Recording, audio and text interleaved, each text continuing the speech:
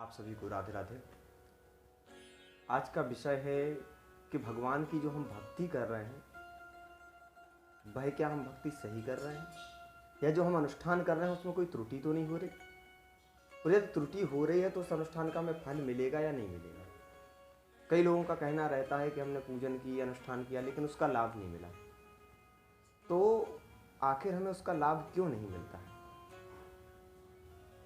उस लाभ के ना मिलने का प्रमुख कारण है कि हमारी जो अनुष्ठान करने की विधि है उसमें कहीं ना कहीं हमारी त्रुटि है। श्रीमद् भागवत में स्पष्ट लिखा हुआ है, व्यास जी महाराज लिखते हैं, इतिहास पुराणादि वेद शास्त्र विधिम बिना केवला हेतु की भक्ति रुत्पाता एव केवलम।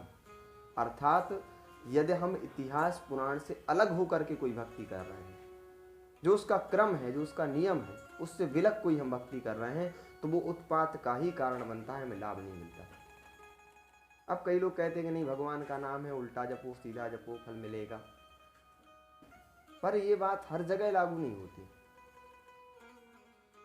भाई यदि आप कोई अनुष्ठान कर रहे हैं, कोई कामना से अनुष्ठान कर रहे हैं, कोई आप स्तोत्र का पाठ कर रहे हैं, आप महामृत्युंजय का जाप कर रहे हैं, अपने घर पर दुर्गा सप्तशती का पाठ कर रहे हैं, तो उन पर यह लागू नहीं होता।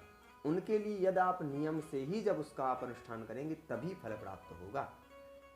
तो सबसे पहले तो आप कोई भी अनुष्ठान कर रहे हैं तो सबसे पहले ये चीज़ देखें कि उसमें जो विधि दी है उसके अनुसार हम कर रहे हैं कि नहीं कर रहे हैं।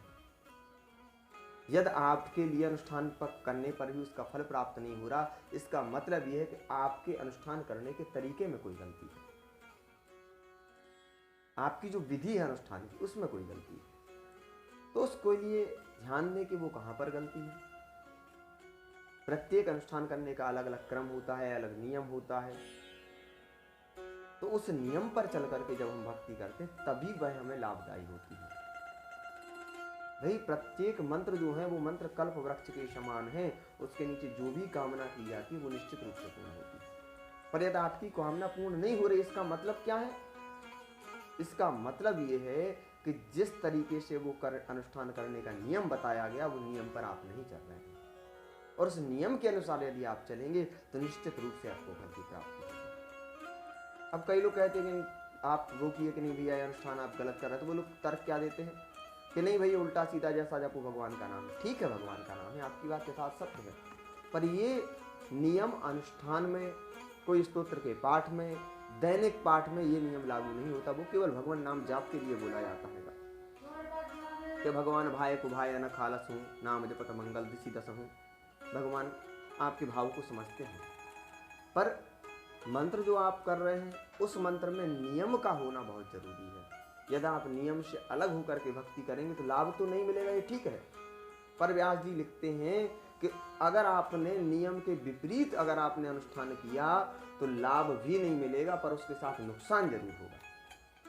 मतलब आपको उसका साइड इफेक्ट भी मिलेगा। इसलिए आपको चाहिए, इसलिए हमें और आपको चाहिए कि हम जो भी करें 2 घंटे की पूजा ना करके 10 मिनट की ही करें, पर 10 मिनट की पूजन भी करें तो नियम के साथ करें, तब लाभ आपको होगा, और निश्चित रूप से लाभ होगा। क्योंकि भगवान जितने भी व्यास जी महाराज ने मंत्र लिखे, 4 वेद लिखे, 6 शास्त्र लिखे, 18 पुराण लिखे, सब पूर्ण रूप से सत्य हैं और सबका फल प्राप्त होता है।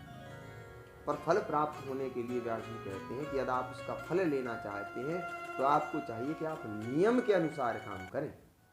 बिना नियम के की हुई भक्ति कोई भी लाभ नहीं देती।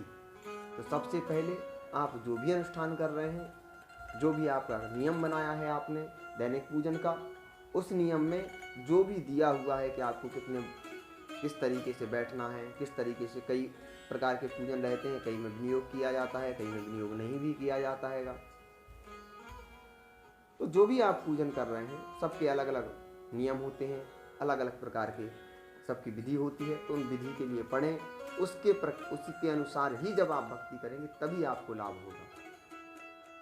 मंत्र तो मंत्र महामणि विषय व्याल के मैटत अंक कुअंक भाल के। मंत्रों में तो बहुत सामर्थ्य होता है, पर वो मंत्र फल कब देंगे?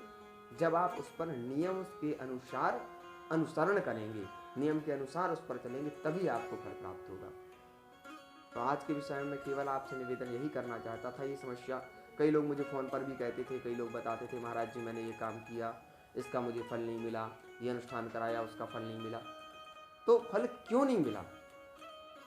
उसका मेन कारण ये है कि हम लोग पुराणों से विलग होकर के भक्ति कर रहे हैं। जो शास्त्र में लिखा हुआ है उसके अनुसार हम भक्ति नहीं कर रहे हैं। और यदि आप उसके अनुसार यदि आप अनुष्ठान करते हैं, कोई संकल्प लेते हैं, कोई पूजन करते हैं, यदि नियम पर चल के आप करेंगे तो निश्चित रूप से आपको फल प्राप्त होगा।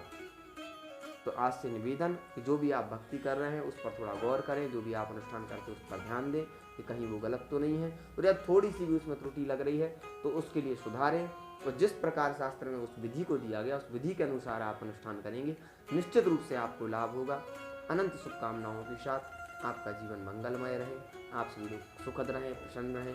भगवती राधा रानी की कृपा आप सभी पर बरसती रहे। जय श्री राधे। आप सभी का दिन शुभ हो।